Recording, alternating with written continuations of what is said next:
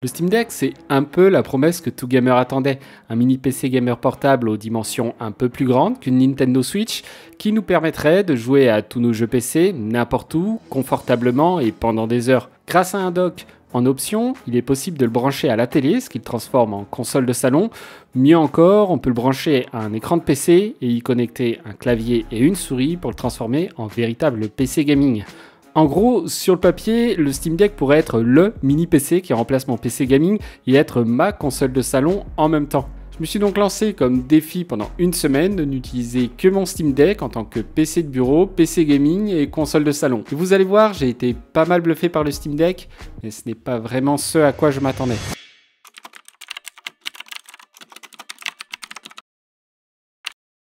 L'idée, dans un premier temps, va être d'intégrer le mieux possible le Steam Deck dans mon setup. J'ai déjà un dock totalement compatible avec le Steam Deck, mais il n'est pas très ergonomique et je pense qu'il va me rendre la tâche plus fastidieuse que nécessaire. J'ai donc décidé d'acheter deux docks compatibles avec le Steam Deck et plus adaptés pour lui, ce qui devrait améliorer son intégration dans mon setup PC et dans mon salon lorsque j'utiliserai le Steam Deck comme console connectée à ma télé. J'ai déjà une manette de Xbox, mais c'est une première génération et en plus elle est filaire. Du coup, quitte à passer une commande, autant prendre une manette de Xbox sans fil pour me faciliter la vie. Vous trouverez en description des liens vers différents accessoires pour le Steam Deck. Maintenant que tout est commandé, il ne me reste plus qu'à être livré.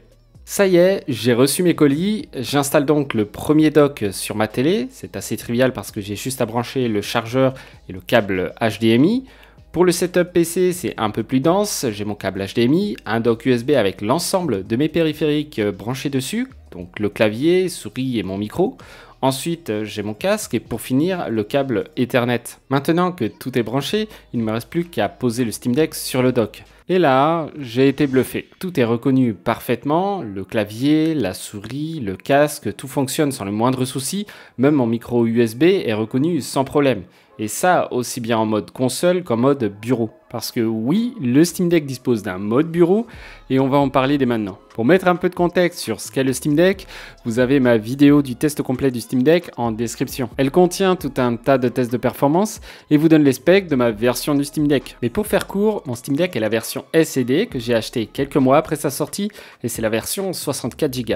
Oui, je sais, c'est la version la moins chère du Steam Deck parce que à la base, je l'ai acheté sans trop m'attendre à grand chose et je me suis dit que j'allais rapidement lui faire prendre la poussière dans un placard. Mais comme vous pouvez le voir, ça n'a pas du tout été le cas. J'ai pris dès le premier jour une carte SD haute performance de 512 Go sur laquelle j'installe tous mes jeux. Pour mes premiers jours de test, j'ai décidé d'utiliser mon Steam Deck comme PC principal. Mon PC gaming me servira juste pour monter cette vidéo, mais sinon l'ensemble de mes activités seront faites sur le Steam Deck, donc la rédaction de ce script, regarder des vidéos YouTube ou des streams Twitch, écouter de la musique, etc. Et que dire si ce n'est que le mode bureau du Steam Deck m'a vraiment bluffé. Il fonctionne étonnamment bien, c'est fluide, l'expérience est agréable et malgré le fait que j'ai, de par mon travail, une bonne expérience sur l'environnement Linux, je pense sincèrement que vous devriez facilement prendre vos marques sur SteamOS dans sa version bureau. En revanche, tout n'est pas aussi plug and play qu'un Windows et ça on va le voir tout de suite. Il a fallu par exemple que je modifie le layout du clavier qui était initialement configuré en QWERTY, je l'ai donc passé en AZERTY.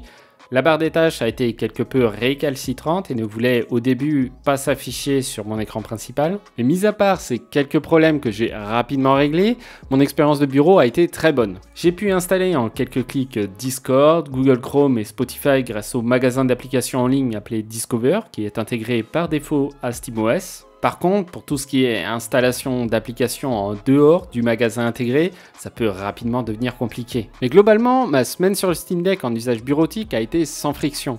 Passer mon temps libre hors gaming sur YouTube, Twitch ou encore Discord m'a fait oublier que j'étais sur le Steam Deck et non sur mon PC. En plus, le tout dans un silence quasi absolu. Passons maintenant à la partie gaming en utilisant le Steam Deck en remplacement de mon PC. Du côté des specs, mon PC se situe plutôt dans la catégorie des PC haut de gamme avec un Ryzen 7 9700X, 32 Go de RAM, une RTX 5070 Ti, donc je sais d'avance que le Steam Deck ne pourra pas rivaliser avec mon PC. Du coup, l'idée n'est pas de le comparer en termes de performance, mais plutôt de voir si on peut jouer confortablement à des jeux adaptés pour le Steam Deck et quelle expérience en attendre. Déjà, commençons gentiment avec des jeux type roguelike comme Hades ou encore Dead Cell. Pour moi, l'idée c'est de faire tourner les jeux dans des conditions acceptables, donc 1080p, Je sais d'avance que 1440p voire 4K va être extrêmement difficile pour la majorité des jeux à un minimum demandeur, mais pour ce qui est de Dead Cell et Hades, aucun problème, les jeux tournent parfaitement, même en 4K. Tentons maintenant un jeu compétitif un peu plus gourmand comme Counter-Strike 2. Et là, j'ai vraiment été étonné. Pour une console qui a été conçue pour faire tourner les jeux en 800p, le jeu tourne plutôt correctement en 1080p. Ici, le jeu tourne entre 55 et 60 images par seconde. Évidemment, c'est pas assez pour faire des parties compétitives, mais ça peut dépanner si on est en déplacement ou qu'on a envie de se faire une partie au boulot sur sa pause déjeuner. Comme je n'ai pas envie de m'arrêter là, je tente un autre jeu compétitif, mais dans un autre registre, Dota 2. Du coup, je lance le jeu en laissant les paramètres par défaut et en réglant la résolution en 1080p. Le jeu se lance sans problème et reconnaît parfaitement le clavier et la souris. L'expérience est plutôt correcte et le jeu tourne globalement aux alentours des 55 images par seconde en élevé. Ici aussi, je ne me lancerai pas dans des parties compétitives non plus, mais je trouve ça plutôt cool de me dire que je peux faire quelques parties un peu chill sur une si petite machine. Pour finir, j'avais vraiment envie de relancer Hogwarts Legacy parce que c'est un jeu que j'affectionne vraiment, mais j'ai jamais trop trouvé le temps de progresser dessus. Entre le boulot, ma fille et tout le reste, c'est vraiment compliqué pour moi de trouver le temps de jouer à un jeu narratif. En plus, je me connais, si je joue pas pendant plusieurs jours, je finis par perdre le fil de l'histoire et du coup la motivation. Donc l'idée, c'est de profiter de cette expérience pour avancer sur le jeu, aussi bien en mode PC qu'en mode portable pendant cette semaine. Pour le mode portable d'ailleurs, on y reviendra un peu plus tard dans la vidéo. Mais malheureusement, en configuration PC, le jeu tourne avec pas mal de difficultés, ce qui n'est pas non plus étonnant compte tenu du fait que le jeu est extrêmement gourmand. Il y a pas mal de saccades, c'est pas très fluide et l'expérience n'est pas vraiment agréable. Franchement, l'expérience PC avec le Steam Deck m'a vraiment bluffé. Déjà par sa capacité à être plug and play, toutes mes périphériques ont été parfaitement reconnus et j'ai absolument pas bataillé pour jouer dessus en mode PC. Par contre, pour tout ce qui est jeu AAA ou assez exigeant, il faudra globalement oublier ou en tout cas baisser vos exigences, c'est-à-dire accepter de jouer entre 30 et 40 images par seconde avec les paramètres au minimum. Après, pour remettre un peu de contexte, c'est le type d'expérience qu'on a avec une Nintendo Switch 1, mais ici sur des jeux AAA. Donc perso, j'ai trouvé l'expérience plutôt cool et ça m'a permis aussi d'adapter mes jeux à la puissance de la machine, ce qui m'a forcé à jouer à des jeux que je n'avais pas l'habitude de jouer avec mon PC gaming, comme Hades que j'ai vraiment kiffé. Pour cette expérimentation avec le Steam Deck, j'ai aussi voulu tester sa capacité à se transformer en console de salon. Ici, le setup est super simple, j'utilise le même dock que celui que j'ai utilisé précédemment pour le setup PC. On branche le câble HDMI, l'adaptateur secteur et c'est parti. Franchement, on ne peut pas faire plus simple. Le Steam Deck est parfaitement reconnu par ma télé et cette fois, je passe en mode portable pour pouvoir avoir une interface plus adaptée. Du coup, l'interface match parfaitement avec ce qu'on pourrait attendre d'une console. C'est agréable, c'est lisible et fluide. Ici, je n'ai vraiment rien à reprocher à SteamOS. Je décide donc de connecter ma nouvelle manette Xbox en Bluetooth. Et le moins que l'on puisse dire, c'est que ça ne s'est vraiment pas passé comme prévu. La manette est à moitié reconnue et passe son temps à se déconnecter. Un petit tour sur internet et je vois pas mal de sujets parler de ce problème.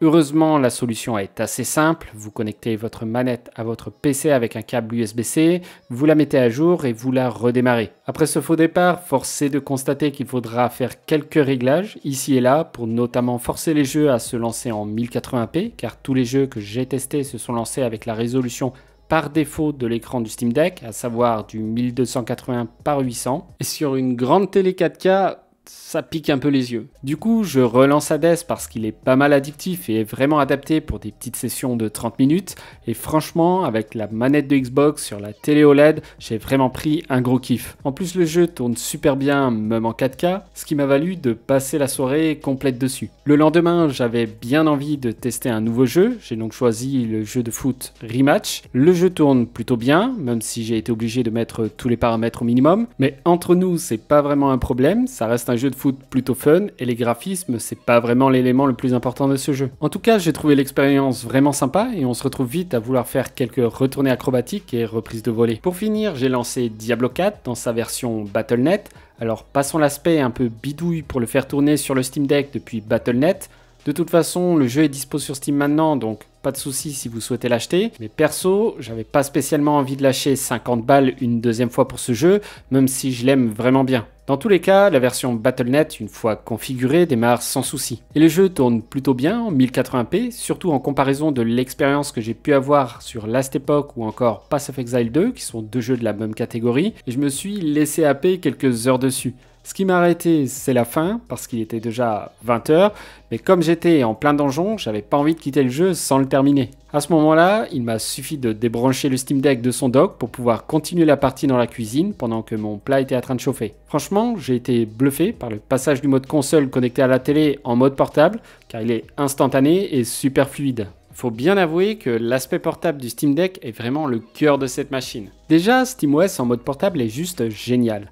L'interface est ultra fluide et parfaitement adaptée à l'écran 7 pouces de ma version LCD. Ça me change vraiment de l'interface très lente de ma Nintendo Switch, notamment sur le store où ça rame beaucoup. En plus, la résolution est relativement faible, mais largement suffisante vu la taille de l'écran. 1280 par 800, ça permet au Steam Deck de faire tourner plus facilement les jeux assez gourmands. Et entre nous, c'est dans le mode portable que j'ai eu le plus de kiff. En plus, ça permet de moins taper sur la batterie sur les jeux où on dépasse les 60 images par seconde, parce que l'écran LCD est un écran 60 Hz. Donc j'ai pris l'habitude de limiter le nombre d'images par seconde au taux de rafraîchissement de l'écran. Pour commencer, les jeux tournent vachement mieux en mode portable, puisque la résolution est plus faible que du 1080p, donc forcément on gagne en confort de jeu. Une fois en jeu, vu la taille de la dalle, je n'ai pas vraiment trouvé cette résolution dérangeante. Mais je peux comprendre que pour certains ça peut être un problème. Les deux grips assez imposants à l'arrière du Steam Deck permettent une prise en main super naturelle, que j'ai trouvé d'ailleurs bien moins fatigante qu'avec la Nintendo Switch. Et malgré sa taille imposante et son poids de 669 grammes, soit 280 grammes de plus que la console de Nintendo,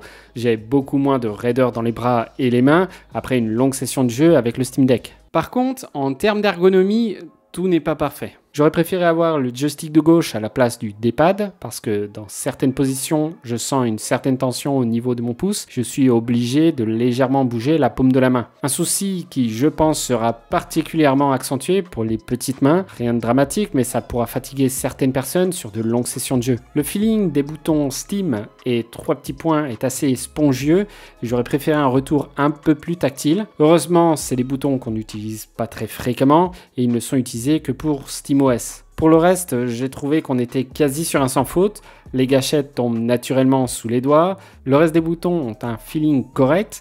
Et les trackpads peuvent se montrer très utiles sur certains jeux, notamment des jeux de stratégie où la souris peut être nécessaire. En plus, ils ont un retour haptique qui permet d'avoir un bon feedback. Et d'ailleurs, ça m'arrive même de préférer les trackpads au joystick sur des FPS. Bon, ça aussi, c'est parce que je suis vraiment une quiche pour viser précisément avec les joysticks que l'utilisation des trackpads me permet d'être plus fin dans ma visée. Au niveau des performances, je ne vais pas trop rentrer dans les détails parce que j'avais déjà dédié une vidéo assez poussée sur le sujet, mais pour faire court, les jeux sont globalement plus agréables et plus fluides en mode portable. Hogwarts Legacy, par exemple, passe de 30-35 images par seconde en 1080p à 45 voire 55 images par seconde en mode portable en fonction des zones. Même constat pour Diablo 4 où ça tourne entre 45-50 images par seconde en 1080p à 60 images par seconde constant en mode portable. En sachant que j'ai limité le nombre d'images par seconde à 60 en mode portable parce que, je le rappelle, l'écran LCD dépasse pas les 60 Hz et que ça m'a permis d'économiser de la batterie et de réduire le bruit du ventilateur. Autre défaut que j'ai trouvé sur le Steam Deck, son autonomie, surtout pour ma version LCD. Pour cette version LCD, comptez environ 1h30 sur des gros jeux et 3h30 pour des jeux moins gourmands, comme Hades par exemple. Pour la version OLED, comptez environ 2h20 sur des gros jeux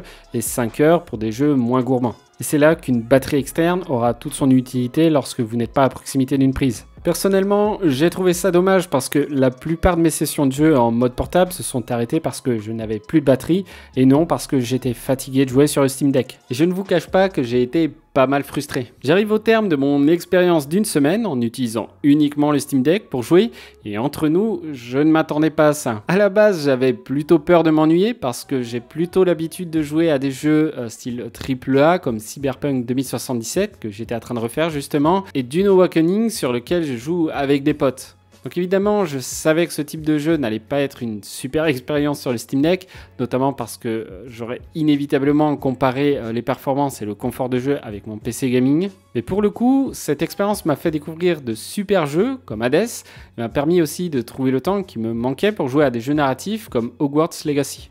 Je ne vous cache pas non plus que l'expérience de bureau me faisait vraiment très peur, puisque c'est pas vraiment le cœur de SteamOS non plus, et je m'attendais à avoir plein de problèmes, aussi bien en termes de stabilité que de compatibilité. Mais au final, j'ai été agréablement surpris par la simplicité d'utilisation de SteamOS dans sa version bureau, et par le support de mes périphériques qui ont été ultra transparentes, à l'exception évidemment de la manette de Xbox sans fil. Alors oui, le Steam Deck est une formidable machine. Oui, je suis convaincu qu'elle peut dépanner aussi bien en tant que PC gaming que pour de la productivité. Mais non, je ne remplacerai pas mon PC gaming à 100% par le Steam Deck. Par contre, la force majeure du Steam Deck et tout son potentiel réside dans ce pourquoi il a été construit, sa portabilité. Ici vraiment, la machine est plutôt performante pour sa taille et c'est juste super agréable de jouer dessus. Aussi bien parce que l'ergonomie est vraiment top, mais aussi parce que le catalogue de jeux est juste énorme. Et entre nous, je suis sûr que comme moi, vous avez plein de jeux un peu anciens dans votre bibliothèque que vous n'avez jamais lancés et qui méritent d'être testés. En tout cas, un grand merci d'avoir regardé jusqu'à la fin. Si vous avez aimé la vidéo, n'hésitez pas à vous abonner et à liker. Si les vidéos de ce type vous plaisent, n'hésitez pas à me le dire en commentaire et je tâcherai d'en faire plus. D'ailleurs, si vous voulez voir mon test plus poussé sur le Steam Deck, vous pouvez cliquer ici. Sur ce, je vous dis à la prochaine et portez-vous bien.